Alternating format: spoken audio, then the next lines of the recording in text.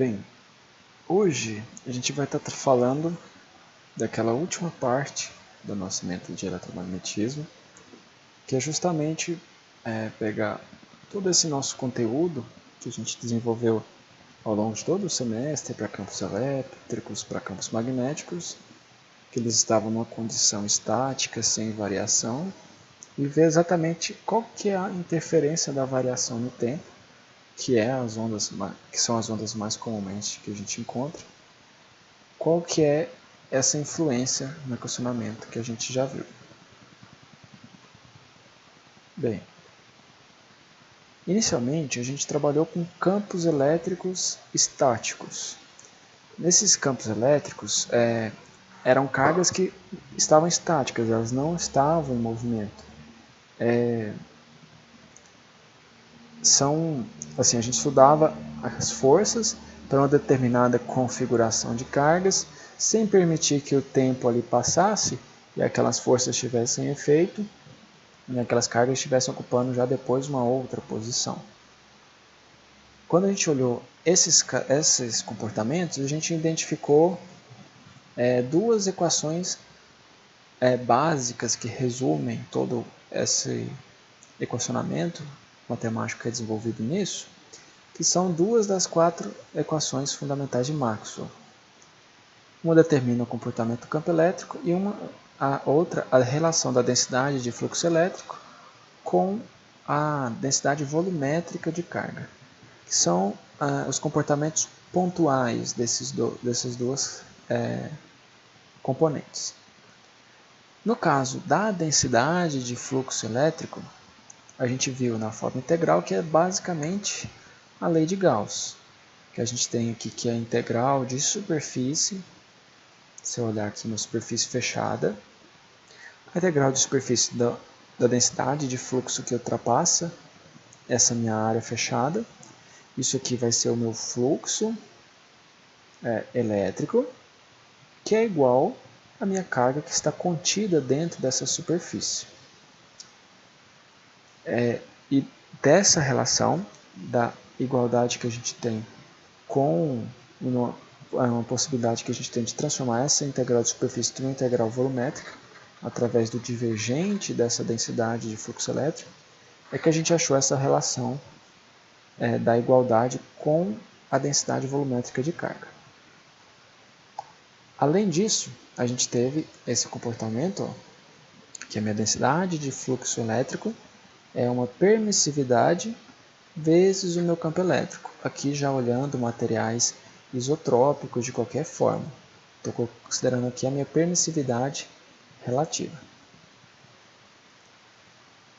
O outro ponto que a gente encontrou foi que o rotacional do meu campo elétrico é sempre igual a zero.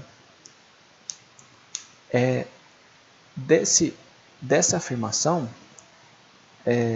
partindo para a forma integral, a gente chega, na verdade, que a minha integral de linha do meu campo elétrico, através de um caminho fechado, vai ser igual a zero.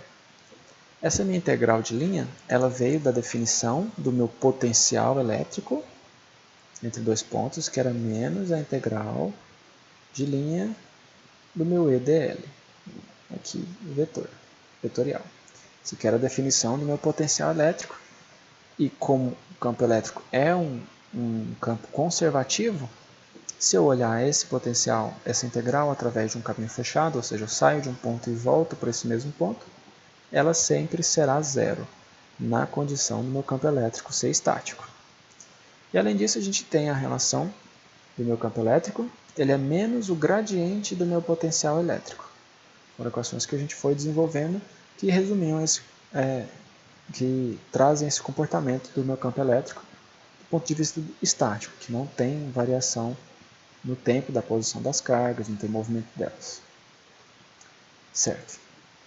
E dos campos magnéticos, ele já tem uma definição um pouquinho diferente. Ele é o campo magnético estacionário. Isso por quê? Na própria definição, quando a gente estava calculando o nosso campo magnético, a gente considerava sim o movimento de cargas. Tanto que o equacionamento que a gente desenvolveu foi para um movimento contínuo de cargas, ou seja, para uma corrente contínua. E é justamente esse movimento contínuo de cargas que gerava o campo magnético que a gente observava. Só que como ela tinha um movimento que era uniforme, era contínuo, a gente observava campos que, dado determinado espaço, ele não variava. Então, ele estava estacionado naquele local, ele não variava de posição.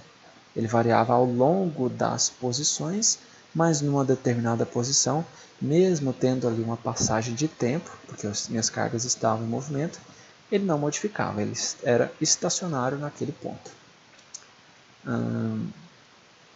Nesse sentido, as equações de Maxwell, as duas outras que faltam, que são as relacionadas ao nosso campo magnético, elas são o meu rotacional do meu campo magnético, ele vai ser igual à minha densidade de corrente em um determinado ponto. E que o divergente da minha densidade de fluxo magnético sempre será igual a zero. O que isso aqui nos diz? Essas relações pontuais que são das equações de Maxwell, trazidas para a forma integral, para observando elas em grandes volumes, a gente tem que a relação do rotacional ela vem da definição da lei de Ampère. A gente tem que o nosso campo magnético, a integral dele observada ao longo de um caminho fechado, me dá a corrente que esse meu caminho está que está contida dentro desse meu caminho definido. E é justamente dessa definição, utilizando a lei de Stokes, que a gente consegue transformar essa minha integral de linha numa integral de superfície. Que a gente tem que, isso aqui é a mesma coisa que a integral de superfície do rotacional de H numa determinada área. Isso aqui é equivalente. E é justamente dessa equivalência que a gente encontrou a relação com a densidade superficial de corrente, que ao longo de uma área nos retornaria a corrente elétrica. Outro ponto que a gente tem de igualdade dessa parte, que relaciona, a gente tem que essa minha densidade superficial de corrente, um determinado condutor, ela vai ser a condutividade elétrica desse condutor vezes o campo elétrico que está gerando esse meu movimento de cargas. E também eu posso supor, esse aqui a gente não chegou a definir o equacionamento dele, mas a gente viu por questão de simetria entre os dois campos, que existe um determinado potencial magnético que menos o gradiente dele vai ser meu campo magnético, de forma análoga ao que foi feito no campo elétrico, apesar de que a gente não fez o desenvolvimento dessa afirmação. Tá. Aqui é válido ainda aquela relação de que se eu estou contendo todo o meu condutor, aqui está contida toda a minha corrente, se eu não considero todo o meu condutor, se ele corta parte desse meu material, eu tenho que considerar somente aquela percentual da corrente que está sendo contida por esse caminho, é basicamente o que é a lei de Ampère. Isso aqui no nosso campo magnético estacionário. E além disso, a gente tem que o divergente da minha densidade de fluxo magnético, que é o B, vai ser sempre igual a zero. Isso por quê? Por causa que quando eu olho no campo elétrico, eu consigo definir uma fonte. Por exemplo, uma carguinha positiva, ela vai ser uma fonte, porque as minhas linhas vão estar saindo dessa minha carga positiva. Se eu fizer esse fluxo que está saindo aqui e observando uma determinada área, eu vou ter uma relação entre essas linhas que estão saindo e essa carga que está aqui dentro, que a gente viu pela lei de Gauss, que elas vão ser numericamente iguais, inclusive, esse fluxo elétrico que está saindo da superfície e a carga que está sendo contida. Se a gente olhar aqui num campo magnético, por exemplo, que a gente não consegue definir exatamente essa fonte, que aqui, por exemplo, a gente está vendo ao redor de um condutor retilíneo, vendo ele de frente. Que ali aparece sempre esses campos circulares de menor intensidade à medida que eu vou me afastando desse meu condutor. Se eu fizer, por exemplo, ó, essa superfície aqui, uma superfície meio ovalada mesmo. Se a gente olhar aqui, essas linhas que estão atravessando a minha superfície. Ó. Se ela está nesse sentido, ó, aqui ela está entrando e aqui ela está saindo. Como elas têm a mesma intensidade, né, ao longo toda essa minha curva, aqui o balanço foi na verdade zero desses meus fluxos. Da mesma forma que entra e aqui sai.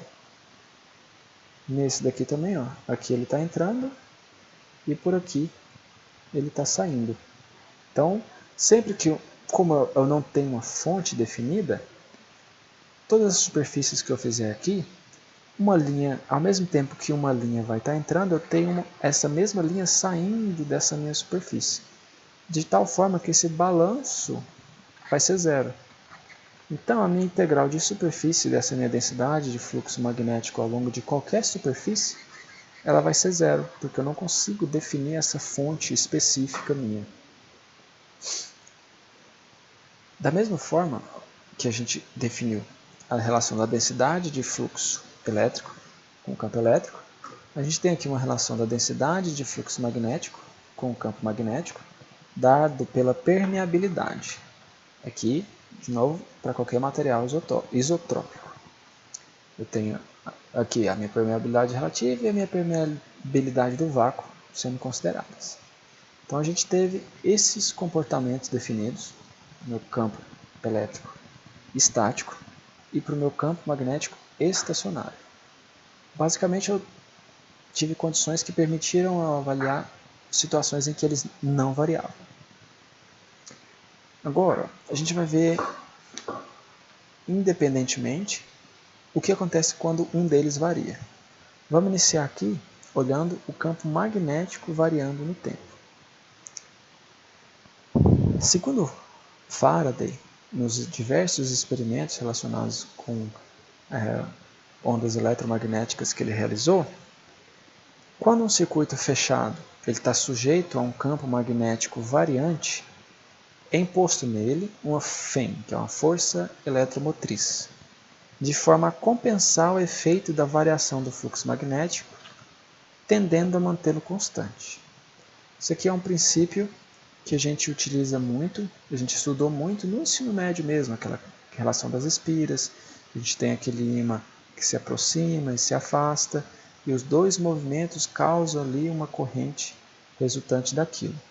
Isso é basicamente esse princípio. Eu tenho uma variação de fluxo magnético que aquele meu circuito, aquela minha espira está percebendo, e ele vai gerar uma tensão correspondente ao contrário para compensar essa variação de fluxo, de forma que ele tente manter um balanceamento, ele tende a manter esse fluxo não variando.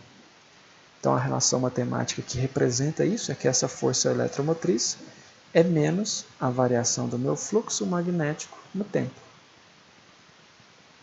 Que é essa relação aqui. Se eu tenho, por exemplo, um núcleo permanente se aproximando, ele vai gerar aqui uma corrente tentando compensar esse fluxo. E a mesma coisa, se eu afastar ele, ela vai gerar uma no sentido contrário, tentando aumentar esse fluxo que está diminuindo.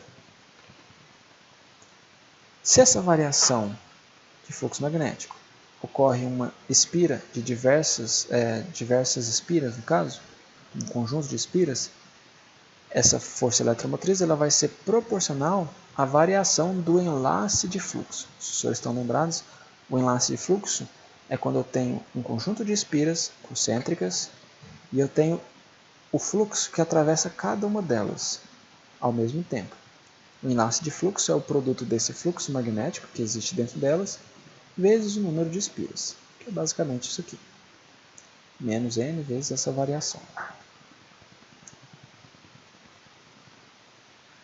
Essa força eletromotriz ela também pode ser definida pela integral de linha do campo elétrico no caminho fechado considerado, ou seja, no caso da espira.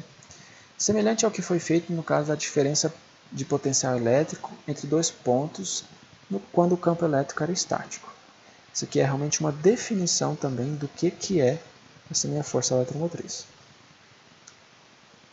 O meu fluxo magnético, ele também tem uma definição que a gente já viu antes, que é basicamente a integral da superfície da minha densidade de fluxo magnético nessa superfície.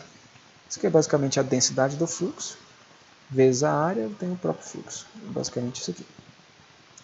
Então, a variação desse fluxo no tempo é a variação dessa integração aqui em relação ao tempo. Tá. Essa variação de fluxo magnético ela pode ocorrer devido ao próprio campo magnético, que é variável, como foi o caso dessa espirazinha aqui, ou o caminho, o tamanho dessa espira, o formato que ela está em relação ao meu fluxo vai variar e dessa forma ela vai modificar o fluxo total que está passando dentro dela. Ou seja, ela, por exemplo, ela deforma e quebra aqui no meio. Faz essa conexão direta.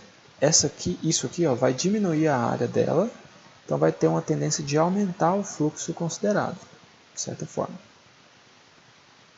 Se o fluxo total for mantido. Então,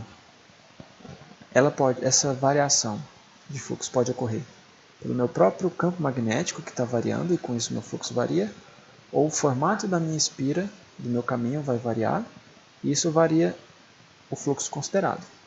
Ou os dois podem acontecer ao mesmo tempo. Primeiramente a gente vai ver mantendo o caminho fixo.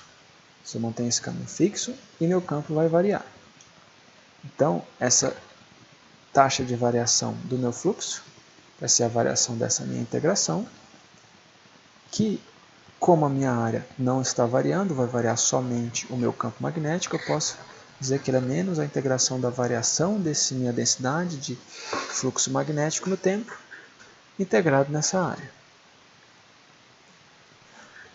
Pelo teorema de Stokes, que eu consigo igualar uma integral de linha a uma integral de superfície, aplicando o rotacional a esse campo, que foi o que a gente usou para chegar àquela igualdade do rotacional do campo magnético, lá no campo estacionário. A gente usou essa igualdade, o teorema de Stokes. Aplicando aqui, a gente consegue substituir aquela nossa integração de linha por essa igualdade. Eu fico com duas integrações de superfície, supostamente na mesma superfície. Que eu estava percorrendo esse caminhozinho aqui por fora da minha espira, para eu determinar a minha força eletromotriz. Esse aqui era o caminho que eu estava percorrendo. Quando eu passei a considerar, a transformar ela numa integral de superfície, o que eu estou integrando é essa superfície demarcada pelo meu caminho, que era a mesma superfície que eu já estava considerando aqui para determinar o fluxo magnético que estava atravessando aqui. Então, basicamente, eu estou integrando dois elementos na mesma superfície. Eu consigo, então, ver essa igualdade. Para que essa integral seja válida, eu tenho que os meus integrandos são iguais. Então, eu consigo ver que nessas condições, que minha densidade de fluxo magnético está variando, eu tenho uma nova relação para o rotacional do meu campo elétrico. Ele vai ser menos a variação no tempo da minha densidade de fluxo magnético. Agora, vamos para o outro lado, para a outra parte. Agora eu vou variar o meu tamanho do meu caminho e vou manter a minha densidade de fluxo magnético uniforme. Ela não vai variar. Eu vou aplicar aqui essa minha barra móvel ao longo desse meu circuito com essa parte móvel. Nesse caso, o fluxo magnético ele vai ser dado pela minha densidade vezes essa área aqui contida pela parte móvel e a parte fixa, que é a minha própria densidade, essa minha distância d do meu x, que é essa parte aqui, vezes o meu y, que é a posição que está essa minha barrinha, o y. E essa minha força eletromotriz vai ser menos a variação do meu fluxo no tempo. fazendo a derivada desse meu fluxo no tempo, tanto o meu campo é uniforme, uma constante, o tamanho, a largura aqui do meu circuito é uma constante também, essa parte é fixa, somente mesmo a minha posição y, que está variando, essa minha barrinha é a única parte móvel, e ela move com determinada velocidade, sendo que a velocidade é a taxa de variação da posição pelo tempo. Ou seja, essa minha força eletromotriz é basicamente menos meu campo, a velocidade de movimento da minha parte móvel, vezes essa distância aqui, essa largura do meu circuito. Tá. Só que ao mover essa minha barra, se ela tem uma determinada velocidade e está sujeita ali a um campo magnético, a densidade de fluxo magnético, eu vou ter uma força magnética atuando nela, desde que ali exista uma carga, que como eu estou falando aqui de uma força eletromotriz induzida, ali vai ter sim um movimento de cargas. Essa força magnética, agora me fugiu o nome, mas da lei que a gente viu, realmente de cabeça agora me fugiu. Mas da força magnética que a gente tem é que essa relação é igual a carga vezes o produto vetorial da velocidade vezes a minha densidade de fluxo magnético. Se eu parametrizar essa minha força em função da carga, de forma semelhante do que a gente tinha lá na nossa força elétrica, por exemplo, lá atrás, bem atrás mesmo, que a gente tinha que a minha força, ó, é a minha carga, uma carga qualquer, vezes o meu campo elétrico. Então, o meu campo elétrico ela é uma parametrização dessa minha força. É a força que a minha carguinha está sujeita dividido pela própria carga dela. A gente fazendo isso aqui, ou seja, a gente passando essa minha carga, dividindo essa minha força, eu tenho aqui um conceito semelhante, que é algo teórico mesmo que é definido, que é esse campo elétrico de movimento. Apesar de que ele, se o senhor dizer, ele está relacionado a uma força magnética. Mas ele definiu na nossa bibliografia como um campo elétrico de movimento. Ele é dado, ó, aqui eu errei a letra, esse aqui é um Q, tá? Esse aqui é um Q. Força dividido pela minha carga, ela vai ser a minha velocidade, produto vetorial, com esse meu campo uniforme. E essa minha força eletromotriz, ela vai ser o meu campo elétrico ao longo de toda essa minha barra, que é justamente esse campo elétrico de movimento que está sendo feito, a integral dele ao longo do caminho.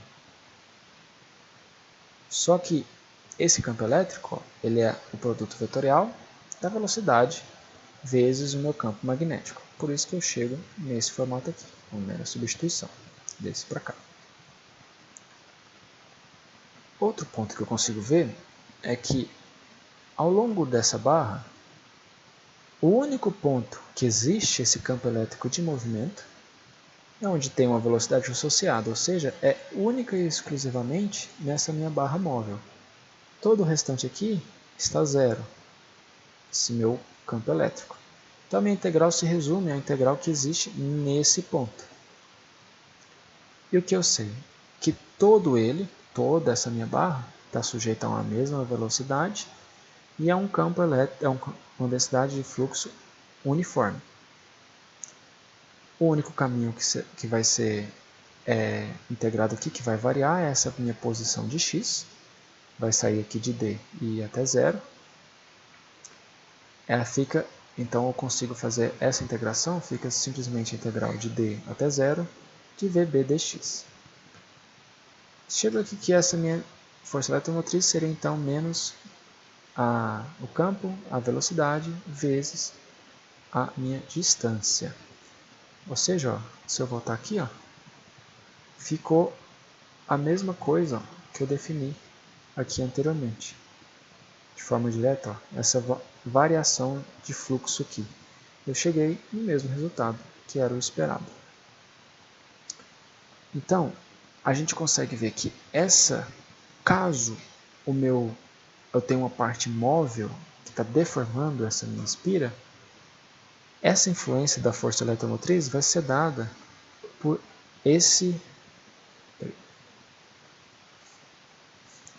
essa componente do meu por esse componente da força eletromotriz. Essa que representa a minha mudança, a minha influência da variação do caminho.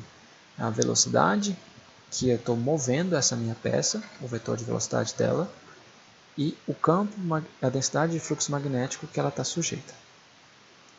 Então, se eu utilizar as duas condições ao mesmo tempo, a variação do meu fluxo e a deformação das minhas espiras, eu tenho essa equação mais completa aqui da minha força eletromotriz, que ela se resume basicamente a menos a variação do fluxo magnético no tempo para aquela espira. Essas aqui são só as formas matemáticas de interpretar essa variação. A variação do campo, a variação do caminho. Seguindo.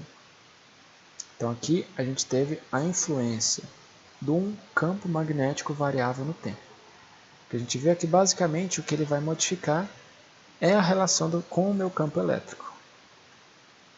E agora a gente vai pegar o campo elétrico e vai variar ele no tempo.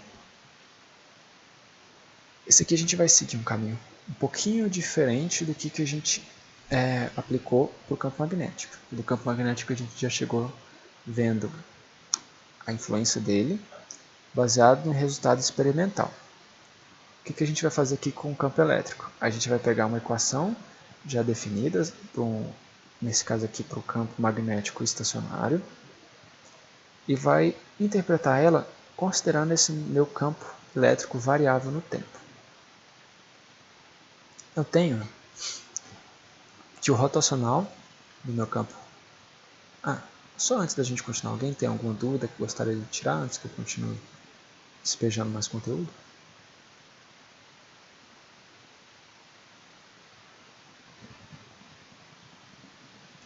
Ou tá tranquilo?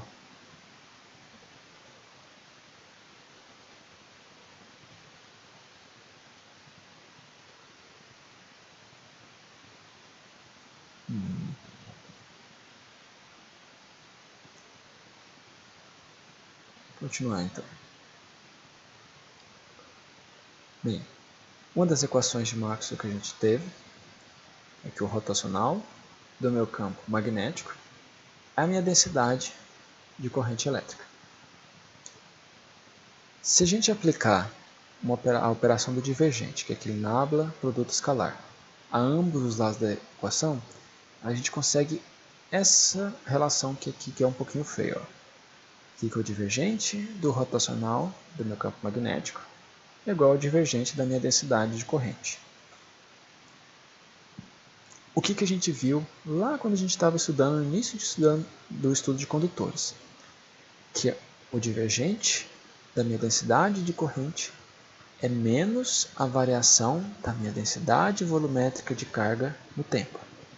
É basicamente o tanto que pontualmente está variando a minha densidade de corrente é o tanto de carga que eu estou perdendo naquele ponto. É isso que essa equação nos diz. E, no outro ponto de vista, a gente tem essa relação aqui, o divergente do rotacional. Isso aqui é uma propriedade de campos vetoriais no geral, que essas duas operações encarrilhadas, o divergente e do rotacional, elas sempre retornam o valor zero, uma característica comum dessa operação. Então, o que a gente tem? Que nessa minha relação, o divergente do rotacional do meu campo magnético é igual a zero. E isso também é igual ao meu divergente da minha densidade de corrente elétrica, que é a menos a taxa de variação da minha densidade volumétrica. Isso tem que ser igual a zero para que essa equação seja válida. Só que o que a gente tem? Se eu digo que menos a variação da minha densidade volumétrica de carga em relação ao tempo é igual a zero, Isso somente vai ser válido se essa minha densidade volumétrica for igual a zero, que é uma situação bem restrita. Ela só vai ocorrer em alguns locais que não têm presença de cargas livres, como por exemplo num dielétrico ou num espaço que ali eu estou sem cargas, mas não é uma situação geral que é possível que aconteça. Então, uma suposição que a gente pode fazer é que nessa equação inicial aqui, ó, de Maxwell, existe um termo que está faltando ali nessa equação que consegue representar para a gente corretamente essa minha densidade volumétrica, essa minha relação com o rotacional do meu campo magnético. Isso por quê? Se eu estou dizendo que a minha variação da minha densidade volumétrica de carga é igual a zero, eu estou dizendo que a minha corrente é zero. E se a minha corrente é zero, eu não tenho um campo magnético que está sendo gerado, então eu tenho uma incoerência aí nesse sentido. Então, se meu campo elétrico está variando no tempo, essa minha densidade volumétrica vai estar variando, minha corrente vai estar fluindo ali. Então, existe um termo que está faltando nessa equação. A gente vai procurar por ele. A gente vai fazer uma suposição mesmo. Existe aqui um determinado vetor n que vai balancear essa minha igualdade, para eu conseguir manter essa minha igualdade sendo válida. Eu chamei aqui de um n qualquer, um vetor qualquer. Campo vetorial, para ser mais específico.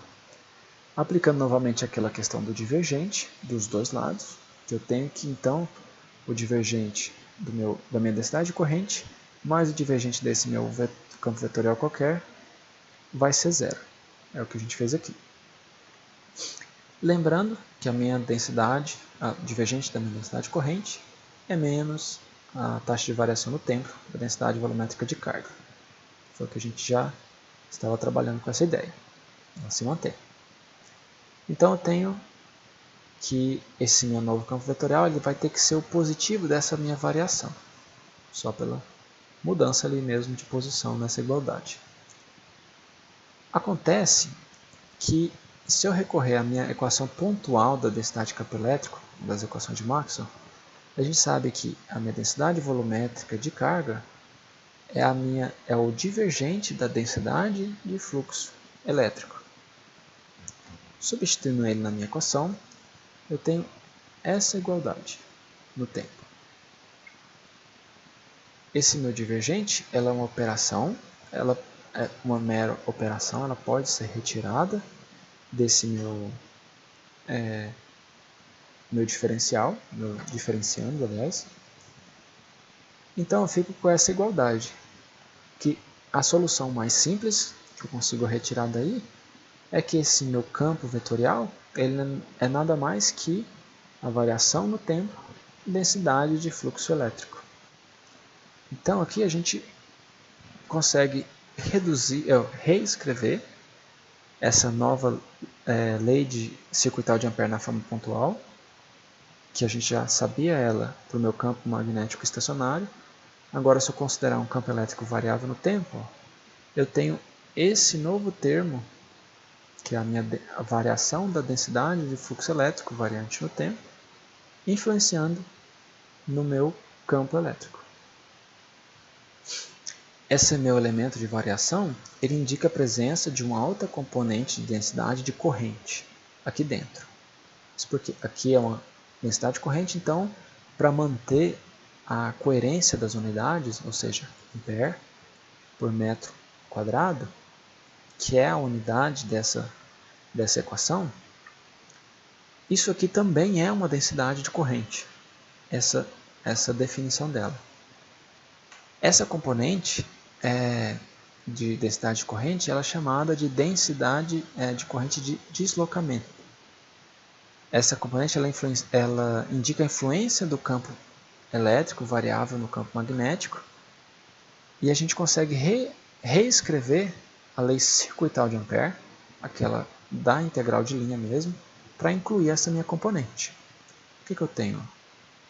A minha integral num caminho fechado do meu campo magnético, integral de linha, ela vai ser toda a corrente contida dentro desse caminho. Isso ainda é válido. Só que, se meu campo elétrico está variando, existe aqui dentro uma outra componente, a corrente de deslocamento, que nada mais é do que a integral da variação da minha densidade de fluxo elétrico no tempo nessa área definida pelo caminho da minha integração do campo magnético. Tá. Essa corrente de deslocamento está associada com os campos elétricos variáveis no tempo e, portanto, ela vai existir em todos os condutores que são imperfeitos. O que é um condutor imperfeito? É o que a minha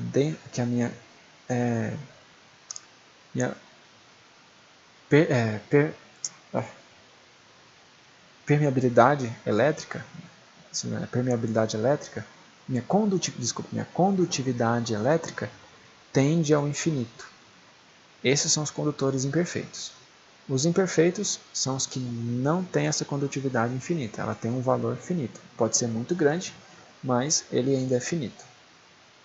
Então, se eles não são perfeitos, vai existir essa minha corrente de deslocamento por onde circulam essas correntes de condução feitas pelo meu campo variável no tempo. Para condutores que são considerados bons, que têm essa alta condutividade elétrica, essa corrente ela pode ser facilmente desprezada. Por exemplo, pode ser só uma ordem de grandeza. Num bom condutor, um condutor elétrico que a gente costuma utilizar, um cobre, por exemplo, se eu tenho uma corrente de 2 amperes, uma corrente livre de 2 amperes de circulação, essa minha corrente de deslocamento vai estar na faixa de 10 a menos 5 amperes. Então é realmente uma corrente bem pequena para condutores, não é tão perceptível para eles. Mas se eu olhar em dielétricos, em isolantes mesmo, se eu fizer esse caminho do meu campo magnético passando por um dielétrico em que eu não tenha corrente, uma corrente livre, toda essa minha influência do meu campo magnético vai ser convertida em uma corrente de deslocamento. Então, é justamente naqueles piores condutores é que eu vou ter uma corrente de deslocamento significativa. Onde eu vou sentir a influência de um campo elétrico variável no tempo. Os efeitos dele, aliás. Então, tudo isso que a gente disse. O que a gente conseguiu resumir? As equações de Maxwell na forma pontual, elas podem ser reescritas, então, para incluir essa influência. Os campos variáveis no tempo, a gente tem que o rotacional do meu campo elétrico ele não vai mais ser zero. Ele tem agora essa componente de menos a variação da densidade de fluxo magnético no tempo. Foi a primeira coisa que a gente definiu. E também o rotacional do meu campo magnético ele vai sofrer a influência de um campo elétrico variável no tempo, dado por essa variação na densidade de fluxo elétrico no tempo. Quem que não mudou? A relação dos divergentes das densidades de fluxo. Ou seja, a densidade de fluxo divergente da densidade de fluxo elétrico continua sendo a minha densidade volumétrica de carga. E a variação divergente da minha densidade de fluxo magnético continua sendo zero. Se eu olhar aqui o campo magnético estacionário, que é um caso particular dessas minhas equações, o campo magnético estacionário ele existe quando eu não tenho variação no meu fluxo magnético. Ou seja, essa variação é zero. Ou seja, o rotacional é zero. Quando eu tenho campos elétricos estáticos, eu não tenho variação na minha densidade de fluxo elétrico. Ou seja, essa variação aqui é zero.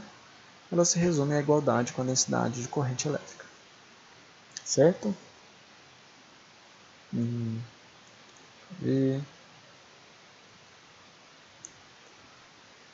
Ok. E na forma de integração, a gente tem a consequência natural dessas equações que a gente estava mostrando, que agora eu tenho aqui a minha integral do caminho fechado do meu campo elétrico, ela não vai ser mais zero. Não é que ela deixa de ser, que o campo elétrico deixa de ser um campo conservativo. A questão é que agora existe uma influência externa nesse campo que faz com que essa propriedade conservativa não apareça. Ele tem essa diferença agora nessa integral de caminho fechado, que vai ser justamente o reflexo dessa variação do meu campo magnético, que isso é decorrente daquela força eletromotriz induzida, que o caminho de ida não vai ser tão simples quanto o caminho de volta, por assim dizer. E a integral de linha do meu campo magnético, que é a lei de Ampère, agora eu tenho um outro elemento de corrente, que é a minha corrente de deslocamento, que eu preciso observar. Agora, a integral de superfície, ou seja, a lei de Gauss aqui, da minha densidade de fluxo elétrico, ela continua valendo, que é a minha carga aqui. Isso porque eu continuo tendo uma fonte característica dessa minha densidade de fluxo elétrico e que eu consigo mensurar e relacionar ela com aquela minha carga contida ali dentro. E a minha integral de superfície da minha densidade de fluxo magnético vai continuar sendo zero, porque eu novamente não consigo definir essa fonte para desse meu fluxo magnético. Essa integral na superfície vai ser zero. E novamente, se eu olhar aqui no caso do campo magnético estacionário, é um caso específico dessa minha densidade de fluxo magnético, que ele vai ser zero. Se ela não variar, um campo estacionário, essa minha densidade não varia. Isso aqui se torna zero, cai nesse caso específico. Da mesma forma, no campo elétrico estático, essa minha variação da minha densidade de fluxo elétrico não varia. Esse aqui fica simplesmente igual à corrente contínua, não tem um elemento de corrente de deslocamento. Certo? E a gente tem ainda as equações auxiliares, que são para a gente definir essas relações. A gente tem a densidade de fluxo elétrico dada pela permissividade, relação com o campo elétrico. E a densidade de fluxo magnético é dada pela permeabilidade em relação ao campo magnético. Agora aqui uma atenção, a gente definiu as relações com o potencial. O meu campo elétrico ele era menos o gradiente do meu potencial elétrico e o meu campo magnético é menos o gradiente de um potencial magnético. Isso definido para o meu campo elétrico estático e para o meu campo magnético estacionário. Essas relações elas não são extensíveis para o meu campo variável no tempo. Elas têm algumas relações matemáticas que a gente tem por decorrência justamente dessas influências que existem nessas integrações, que aqui existem mais componentes que precisam ser considerados. Isso aqui está relacionado com a propagação dessas ondas eletromagnéticas ao longo de determinados caminhos, a longas distâncias, que elas têm aqui aí já uma propriedade de ondas mesmo, viajante, que a gente vai ver. Vou ver se eu trago na nossa última aula uma explicaçãozinha breve, pelo menos para os professores poderem compreender essa influência e por que isso aqui não é válido, mas ela se torna, basicamente, é justamente essa relação desses potenciais que se torna um fundamento para a gente estudar todas as consequências em linhas de transmissão, em telecomunicações, nessas condições de variação no tempo que a gente vê a relação realmente que existe entre as ondas eletromagnéticas, que é variação de uma influencia na outra. Elas são ondas que sempre existem de forma unida, onde existe o campo elétrico e ele está ali variando, eu vou gerar um campo magnético, esse campo magnético vai variar e vai influenciar o campo elétrico. Então, são realmente ondas eletromagnéticas, são campos que existem simultaneamente, um influenciando ao outro. E isso aparece nessa relação de potencial, Mas não é algo que os senhores precisam preocupar agora, eu vou tentar trazer como um complemento mesmo para a disciplina. Não é o nosso objetivo estudar isso aqui agora. Bem, os senhores perceberam que eu não trouxe nenhum exemplo numérico de cálculo, porque realmente não é o objetivo desse capítulo aqui, estudar ele assim na ponta do lápis. É importante entender conceitualmente essas influências para a gente poder expandir essas interpretações para frente, para os outros usos dessa teoria. Então, até a lista, que é a terceira lista nossa, para a terceira VA, daquele trio mesmo que eu falei que ia passar, ela já está disponível, acho que desde sábado. Ela só tem questões teóricas mesmo de interpretação dessas equações que a gente passou. E é justamente dessa forma que vai ser cobrado na prova. Questões teóricas em relação a isso. O que mais que vai cair na prova? Toda a parte de campos magnéticos, forças magnéticas e circuitos magnéticos. Aí tem conta. Basicamente, os senhores olham o que foi cobrado na lista, aquilo ali é uma boa referência do que vai ser cobrado na prova. Se os senhores tiverem qualquer dúvida, eu estou disposto a tirá-las, mas eu peço que procurem hoje, ainda durante o período da aula, ou amanhã, antes de iniciar o período da prova, justamente para não me limitar no que eu possa responder, justamente para não entregar o gabarito da prova. Então, essa não é a nossa última aula, a gente tem a semana de avaliação, né, que vai encerrar dia 23, numa quarta-feira. Não é uma quarta-feira? Não, é uma terça-feira. E na outra segunda-feira, que vai dar, deixa eu ver aqui, no dia 29, sim, é a nossa última aula, que vai ser a devolutiva com a correção da prova. E o encerramento eu vou tentar trazer assim para os senhores uma noção do que vai ser abordado em outras disciplinas, como consequência da nossa disciplina de eletromagnetismo. Espero que os senhores possam ter aproveitado a aula. Eu estou à disposição. Se os senhores quiserem tirar alguma dúvida agora já. Ixi, minha câmera travou.